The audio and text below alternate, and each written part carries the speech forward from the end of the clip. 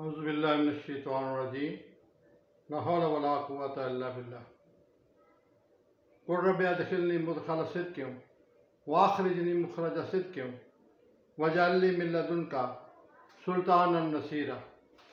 क़ाल अल्लाहु तआला fill क़ुरआनिल मकीम chapter 63 verse number 9। तुम्हारी औलाद, तुम्हारा माल तुम्हें अल्लाह के ज़िक्र से गाफिल न कर दे। एहतियात करो, अपने माल को और अपनी औलाद को दीन के लिए इस्तेमाल करो और तुम्हें मेरे ज़िक्र से गाफिल न कर दे। अन ज़िक्रिल्लाह। और चैप्टर 63 के बाद चैप्टर 64 में अल्लाह पाक इरशाद फरमाते हैं, चैप्टर 64 आयत नंबर 14-15, इन्नमा औलादुकुम इन्नमा अम्वालुकुम व औलादुकुम फितना। तुम्हारा माल और तुम्हारी औलाद फितना है, फसाद है, फितना है। तो हमें अपने माल को दीन को गलब करने के लिए खर्च करना है और अपनी औलाद को अकामते दीन के लिए तैयार करना है। ये तो फिर सही मसरफ होगा औलाद का भी और अम्वाल का भी, क्योंकि आपकी औलादें, आपकी बहू बेटियां और आपके अजीज़ व अकारब की ख़वातीन उस वक़्त तक ज़ालिमों से, ज़नाबिल जब्र से महफूज नहीं हो सकती जब तक उनको कुरान की रोशनी में सूरह नूर आयत नंबर 2 जुर्म साबित होने पर 100 कोड़े मर्द को और 100 कोड़े औरत को नहीं लगाते।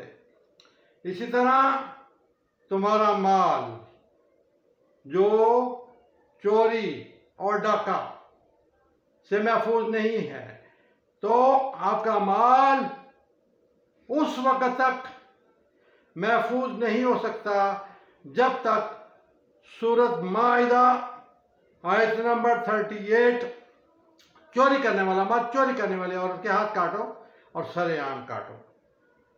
तो फिर तो तुम्हारी औलाद भी तुम्हारे लिए फ़ायदेमंद होगी और तुम्हारा माल भी महफूज होगा और आपके लिए फ़ायदेमंद होगा। नाज़रीन, नहीं अनिल मुनकर का ना करना दीन के साथ सबसे बड़ी 2 नंबरी है, और नहीं अनिल मुनकर तो बिल्कुल कहीं भी नज़र नहीं आ रहा, जबकि अमल बिल मारूफ तो बहुत हो रहा है। जैसे कलमे के 2 पार्ट हैं, ला इलाहा इल्लल्लाह मुहम्मद रसूलुल्लाह, दोनों जब तक नहीं जुड़ते उस वक्त तक कलमा मुकम्मल नहीं। इसी तरह अमल बिल मारूफ व नहीं अनिल मुनकर दोनों पार्ट नहीं जुड़ते तो अकामते दीन मुकम्मल नहीं।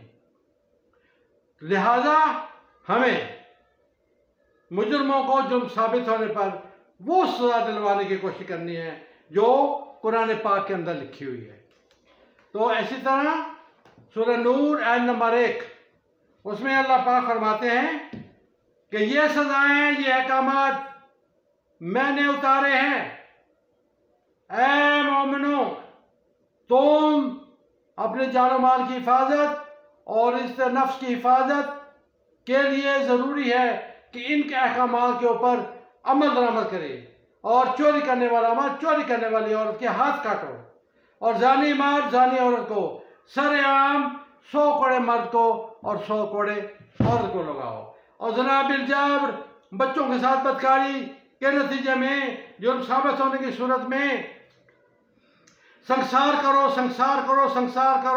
सरेआम करो। और सूरह नूर के आयत नंबर 3 उसमें यह आता है कि एक गिरोह की मौजूदगी में कोड़े लगाए जाएं। सूरह नूर आयत नंबर 1, 2, 4 100 के एक ग्रोह सब लोगों के सामने कोड़े लगा जाए और उन पर तरस मत खाना और उनकी गवाही भी कबूल ना करना। लेकिन अगर कोई झूठा इल्जाम लगाए और जुर्म साबित ना कर सके, ज़ना साबित ना कर सके, तो 80 कोड़े सरेआम लगाने हैं और उसके ऊपर झूठे गवाह पर तरस नहीं खाना है। तो लिहाजा नाज़रीन, हमें चाहिए कि हम अकामते दीन के लिए अनथक कोशिश करें। पाकिस्तान का मकसद क्या? ला इलाहा इल्लल्लाह। दस्तूर पाकिस्तान चैप्टर 9 पेज 145 आर्टिकल 1 में लिखा हुआ है कि दस्तूर पाकिस्तान के अंदर कोई भी कानून एंटी कुरान नहीं होगा। अगर होगा तो हमें बताओ, हम उसको कुरान के मुताबिक कर देंगे।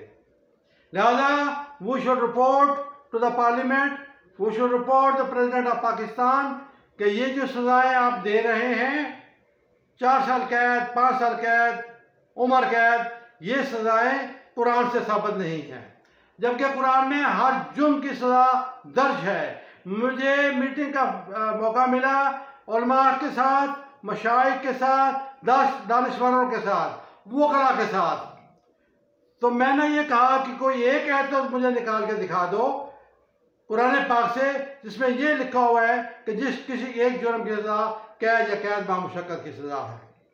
जबकि अलिफ लाम मीम से कुरान शुरू होता है और वन्नास पे ख़त्म हो जाता है।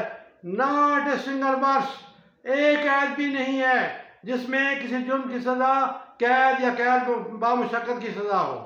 लिहाजा हमें लिखना है और बोलना है कि कुरानी शरई सजाओं को नफ्ज अमल किया जाए।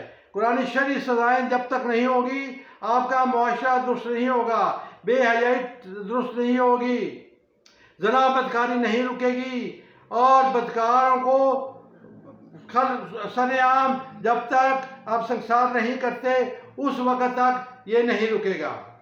लिहाजा हमें अपनी जानो माल की हिफाजत और इससे नफ्स की हिफाजत के लिए जद्दोजहद करनी है और हमें लिखना होगा, हमें बोलना होगा कि मुजरिम को जुर्म साबित होने पर वो सजा दी जाए जो कुरान पाक के अंदर दर्ज है।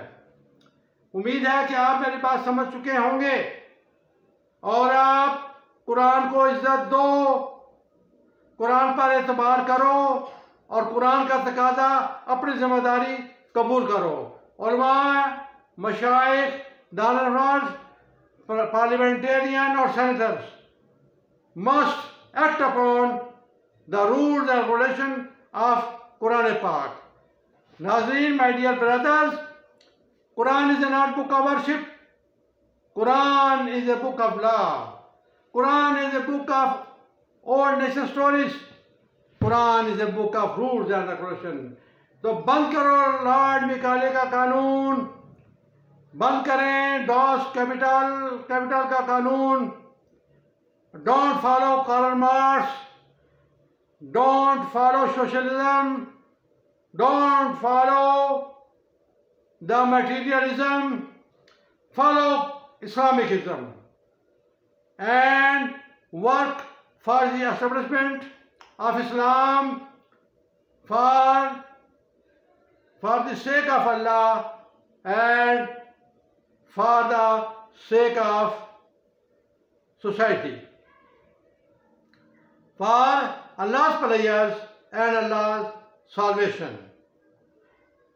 Come forward from comfort zone to active zone. Come forward from passive zone to active zone. लिखो और बोलो कि हमारी अदालतें और जजेस मुजरिमों को जुर्म साबित होने पर वो सजा दें जो कुरान पाक के अंदर दर्ज है। जब तक पूरा मुआशरा, तमाम सियासी जमातें और ख़ास तौर पर तमाम दीनी जमातें, चाहे लब्बैक या रसूलुल्लाह की जमात हो, अहले सुन्नत वल जमात बरेलवीज़म की, चाहे जमात इस्लामी हो देवबंदिज़म की, और चाहे अहले हदीस की जमात हो, जमात दावा हो, सब इकट्ठे होकर कुरानी शरई सजाओं को नाफ़िज़ अमल करवाएं। इसी में निजात है, इसी में हमारी ज़िंदगी है। कुरान मुकम्मल ज़ाब्ता हयात है, कुरान मुकम्मल ज़ाब्ता ज़िंदगी है। So come to the Quran and follow the Quran as a revolution of Pakistan. Nazreen, my dear brothers, Quran is the solution to the problem of humanity in Pakistan, but not only in Pakistan, in all over the Islamic world. आज आप देखें कि जहाँ जहाँ भी कुरानी सज़ाएँ नासुल अमल हैं, जैसे अफगानिस्तान है, ईरान है, सऊदीया है, तो वहाँ देखें आप क्राइम रेट कितना कम है। Punish the criminals in the light of Quran accordingly. So guide, so viewers, खुदा पे अमान, अल्लाह पे अमान, wish you good luck, Pakistan जिंदाबाद, पाक आर्मी पाइंदाबाद।